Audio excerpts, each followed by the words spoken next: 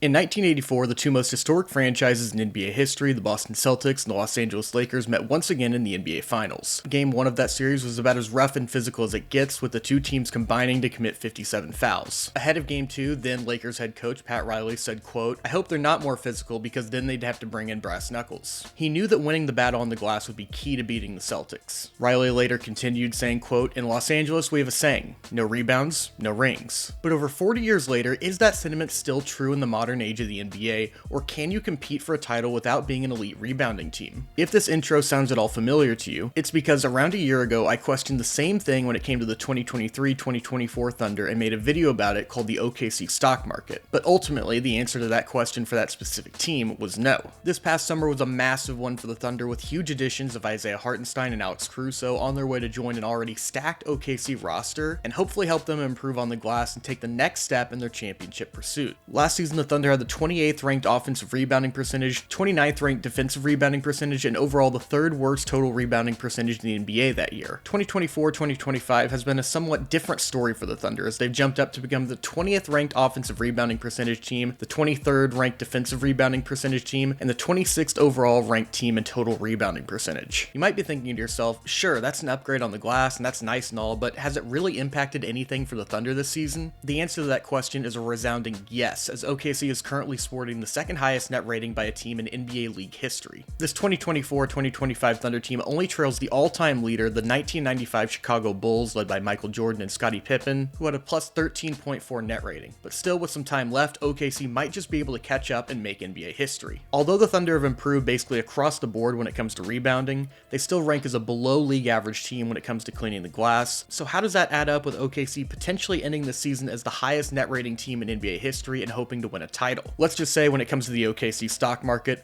business is booming. OKC currently has 3 of the top 20 players ranked in stocks per game, with Shai at 5th, JDub at 12th, and Cason Wallace at 19th. But it doesn't stop there for the Thunder either, as Isaiah Hartenstein and Lou Dort are also both in the top 70 of stocks per game. Unfortunately, Chet Holmgren and Alex Caruso don't qualify for this list because of games played, but if they did, Chet would rank as the 3rd best in the league at 3.3 stocks per game, and Caruso would fall just outside of the top 20 at 2.2 stocks a night, which would give the Thunder 5 of the top 25 players in stocks per game and 7 of the top 70 for the season if you remove the games played qualifier for them. But it's with steals that OKC's defense has done the most damage with in 2024-2025. The Thunder are currently leading the league in steals for the 2nd straight season and top 3 for the 3rd consecutive season. At 10.8 steals a game, OKC has been terrorizing teams and forcing takeaways at a historic rate. The last team to average more steals per game than this OKC squad were the 1997-1998 Celtics, who generated 12 steals a night and did it off the back of pressing for most games behind Rick Pitino's attempt to bring the full court pressure style of college to the NBA. The main difference between that Celtics team and this year's Thunder squad is that Boston finished that season with 36 total wins, whereas OKC won 40 games before even getting to 10 losses this year. Under Mark Daigneault, the Thunder don't go to the same lengths to full-on press all game, but they do enact a ton of pressure against opponent primary ball handlers. Yeah, the pressure's not designed to just rip the ball from everybody all the time.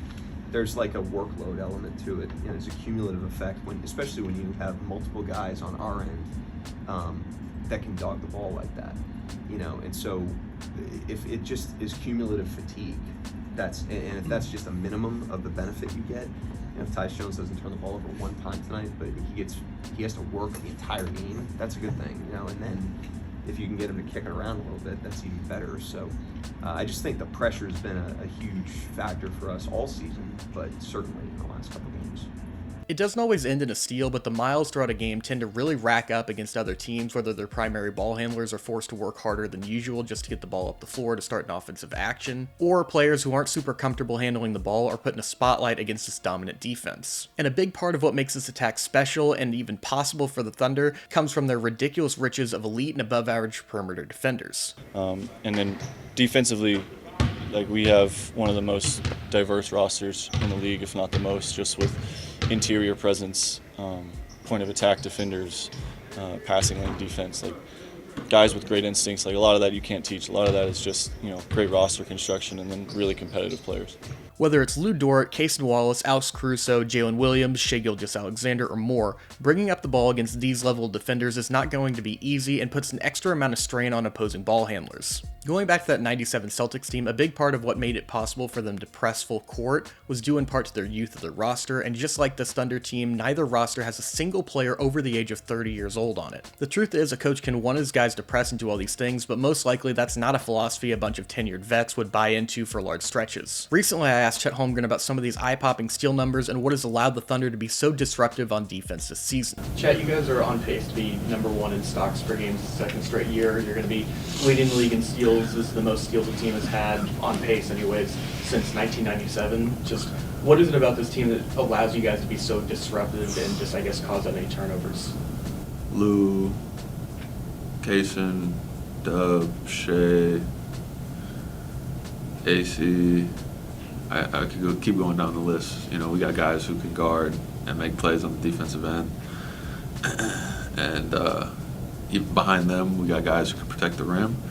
And that's a pretty tough combo to score on. Shai Gilgeous-Alexander is the franchise star, sets the defensive tone in a lot of ways for the Thunder, and this season he is once again making a major impact with steals. And this isn't anything new for Shai. As of right now, he's on track for his third straight season inside the top 4 of steals per game. Standing at 6'6" with a 7-foot wingspan, Shai is absolutely on the larger side among most guards in the NBA today. He does a great job of weaponizing his length to get his hand on the ball to disrupt the dribble of opposing ball handlers. Shai's unique combination of length and lateral speed makes him extremely dangerous. He has great feel and anticipation that helps him with jumping passing lanes to create even more turnovers for his team to capitalize on. Because of SGA's slight frame, you will often see other teams try to post him up when the Thunder's defense gets cross-matched. Shai thrives in these situations where he does a fantastic job of holding his ground and then exploding toward the ball to get a steal on these entry passes. He doesn't allow for a catch and often gets to the ball before the offensive player even does. That same extendo arm wingspan that helps Shai pick ball handlers' pockets for steals also comes into play with shot blocking. Shai is no Dikembe Mutombo down there patrolling the paint and protecting the rim, but he makes his impact felt each and every game for the Thunder on defense. Shai is a sneaky shot blocker in the sense that most of his rejections come without the shooters thinking at all about him getting a hand on their shot. Often opponents are so caught up with the threat of attacking the Thunder's traditional rim protectors like Chet and Hartenstein that it opens up these windows for Shai to capitalize on and erase shots from the backside. And this doesn't mean it's just open season to just shoot over the top of the long arms of the law of SGA. He does a fantastic job of anticipating when a shot is going up and then using his freakish wingspan to high point the ball for a block. Similarly, we've seen Shai get his hands on a lot of three-point shots. A ton of these looks would be clean against 99% of opposing guards, but between Shai's long arms, quick feet, and fast processing speed, he manages to beat those odds and put a stop to these shots. Lastly, for Shai's blocks, we've seen an uptick in his chase down swats this season that I think once again attests to his effort and commitment on both sides of the ball this season to help the Thunder. Season 3 has been a distinct leap year for Jalen Williams on the defensive side of the ball. It feels like the added weight and muscle of his frame, along with his overall basketball skills, have finally caught up with each other in a way that has allowed him to shine as a defensive star. Like Shai, JDub also rocks a massive wingspan of just over 7 feet 2 inches that helps him reach around and generate turnovers that other players just can't create. His wingspan also comes in handy for blowing up opponent lobs. Because of Dub's versatility and some of the extenuating circumstances OKC has been put through this year due to injuries, we saw him play a lot more as a big and guarding opposing fives. The biggest difference between how Shai and Dub go about creating steals is through Dub's use of physicality and strength. Where Shai pokes the ball loose, sneaking his arm around ball handlers, Dub brings the contact to the offensive player a lot of times, getting up in their airspace and being an overall disruptive force to create extra steals. As I mentioned earlier, circumstances have put JDub in some different situations where he's been guarding opposing teams' 4s and 5s more frequently. Although his block numbers have not taken a massive jump this season, they are improving. Where a lot of high-profile players make business decisions at the rim, that's not really an option Dub heavily considers. Whether he's the help man rotating over or it's a block on his own man, Dub does a fantastic job of staying vertical to avoid fouls on these rejections around the rim. With more and more teams going with floor spacing bigs, it becomes even more vital to have secondary rim protection on your roster. Dub this season has held up well defensively at the 4 and 5, averaging a career-high 0.7 blocks per game. Jalen Williams might just have the perfect build for a modern NBA defender, where he's quick enough to stay with guards and big enough to handle more physical matchups from traditional post players. Dub at times just devours the shots of small guards. His length and wingspan just swallows up any and all potential airspace to erase these looks at the rim. His motor is crazy and he doesn't really have an off button. Some guys jog back on defense or will just concede fast break points, but that's a non-negotiable for Dub. In less than 20 games played this season, we don't have the biggest sample size for Chet this year, but the tape I think reveals all for him and just how impactful he is as one of the best all-around defensive forces in the NBA today. Chet, in a similar way to Shai, gets tried a lot in the post because of his thin frame, and just like Shai, it's less about him guarding bigger guys in the post and more about if opposing teams can even get an entry pass around Chet. He has great hands and once again an extremely long wingspan that allows him to clog up passing lanes, cause deflections, and generate steals to spark the Thunder's offense going the other way. Even if he is still sort of built like one of those inflatable wavy arm tube guys that you see outside of a used car dealership, Chet is still one of the last guys opposing players should be wanting to try at the rim. Did it work for those people? No, it never does.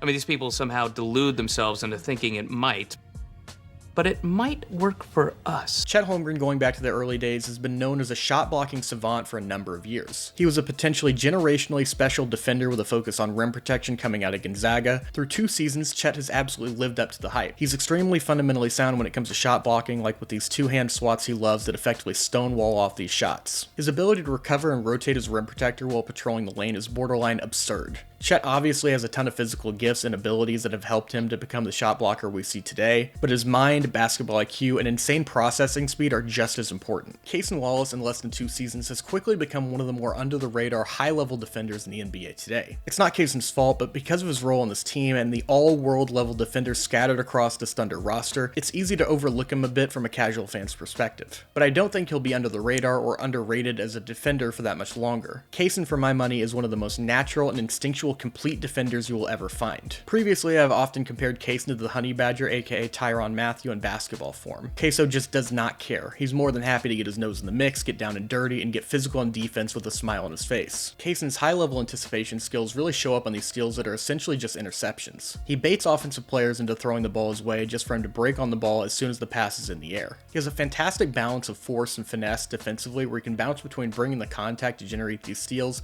and basically pull the chair on opposing ball handlers to punch the ball loose. Cason Wallace might just have a defensive superpower when it comes to blocking 3-point shots. He's an athletic and defensive freak at 6'4", being able to get to these shots at their apex right on the release and getting a hand on it. Whether it be on a hard closeout with Cason flying towards a shooter, or a guy just trying to get a look right over the top of him, Cason was almost a guarantee to at least get a good contest, and many times a block on these shots. Players are smarter than ever and know how to create space, but even on these space-creating moves like a step-back 3, Cason is somehow always right there to impact these shots and at times downright reject them. Shot blocking is more commonly associated with attempts around the rim, but in an ever-evolving 3-point heavy modern NBA, Cason's ability to block these shots from deep can't be discounted. The Thunder as a team also generate a ton of steals off of double teams. Some of these are straight up hard doubles, and others are more so a second defender coming over and pouncing on an unsuspecting ball handler. OKC does a great job of funneling guys into more help to make these drives even tougher to operate on. They're at their best creating turnovers when opponents have their backs turned. I'm not sure how much of this is schematic versus players just being defensive playmakers, but if you have the ball and turn your back on a Thunder defender, you can almost guarantee a double is coming and likely a steal too. We also have a bunch of guys that are just naturally good at defense, naturally know where to be, naturally have good hands, and are smart basketball players, and it clicks for us.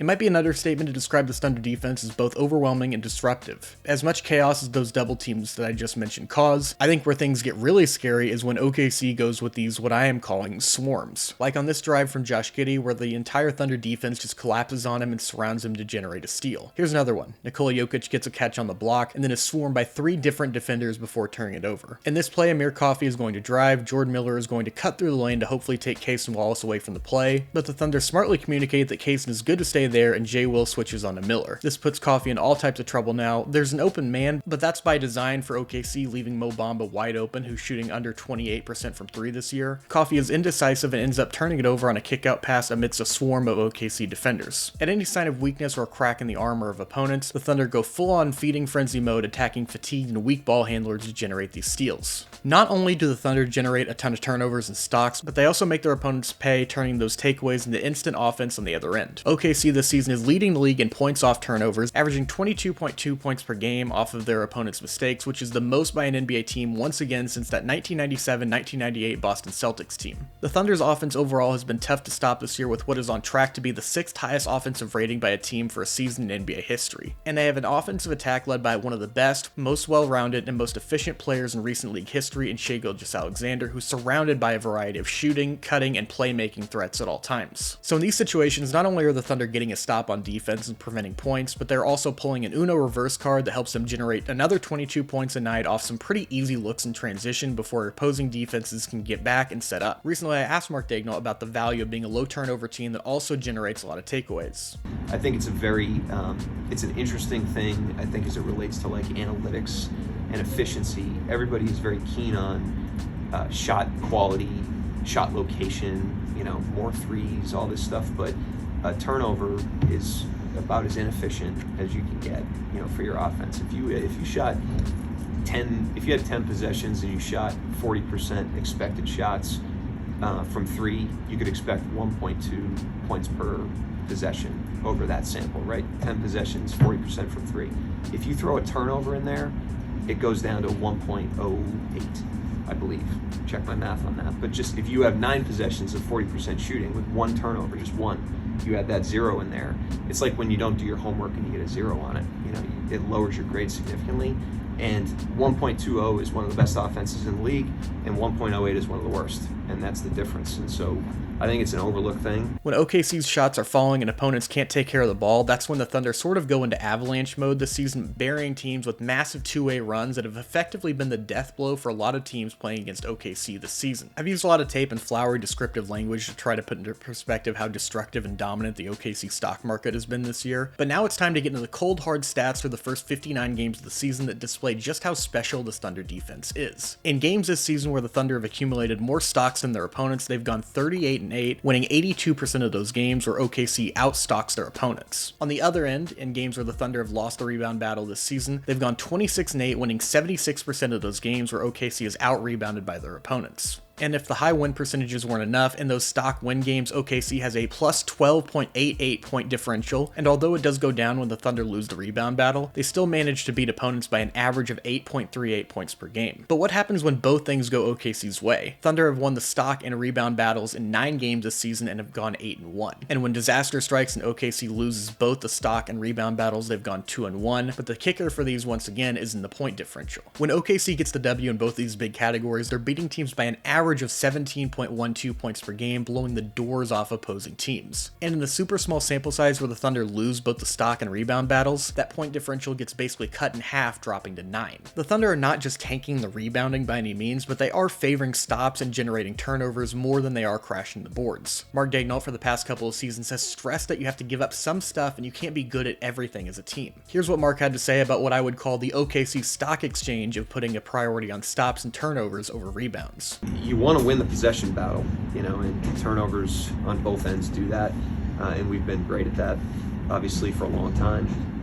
But you also don't want to like concede rebounds as a result of that, and so I think the fundamentals of crashing, fundamentals of blocking out, have accumulated over time. I think our returning players have gotten pretty good at that, and I think Hartenstein's helped with that. He's played a lot of minutes, and he helps your team on both ends on the glass, and so it's definitely in a good spot. And if we can rebound the ball offensively, defensively, limit our turnovers, force turnovers, you're widening your margin for error in a game that you're doing those things. And to Mark's point, the Thunder are definitely widening the margin for error by forcing turnovers and taking care of the ball. This year, OKC has had fewer turnovers than their opponents in 50 out of their first 59 games from this season. And on top of that, in those 50 games where the Thunder win the turnover battle, they're 40-10 while also winning those games by an average of 11.9 points. But the big question still remaining is, will this be enough to get the Thunder over the top for a title? Do you think the improvements this season will translate to more postseason success? Are the additions of Isaiah Hartenstein and Alex Caruso enough to negate the Thunder's at times lackluster rebounding? And finally, are you buying, selling, or holding on the OKC stock market as a potential answer to the Thunder's rebounding problems and a potential path to winning a championship? Let me know down in the comment section below, and if you enjoyed what you saw today, make sure to leave a like on this video, subscribe to my channel so I can keep making fun Thunder and NBA content like this for all of you, and hit that notifications bell so you never miss out on any of my future uploads. And as always, until next time, thanks for watching.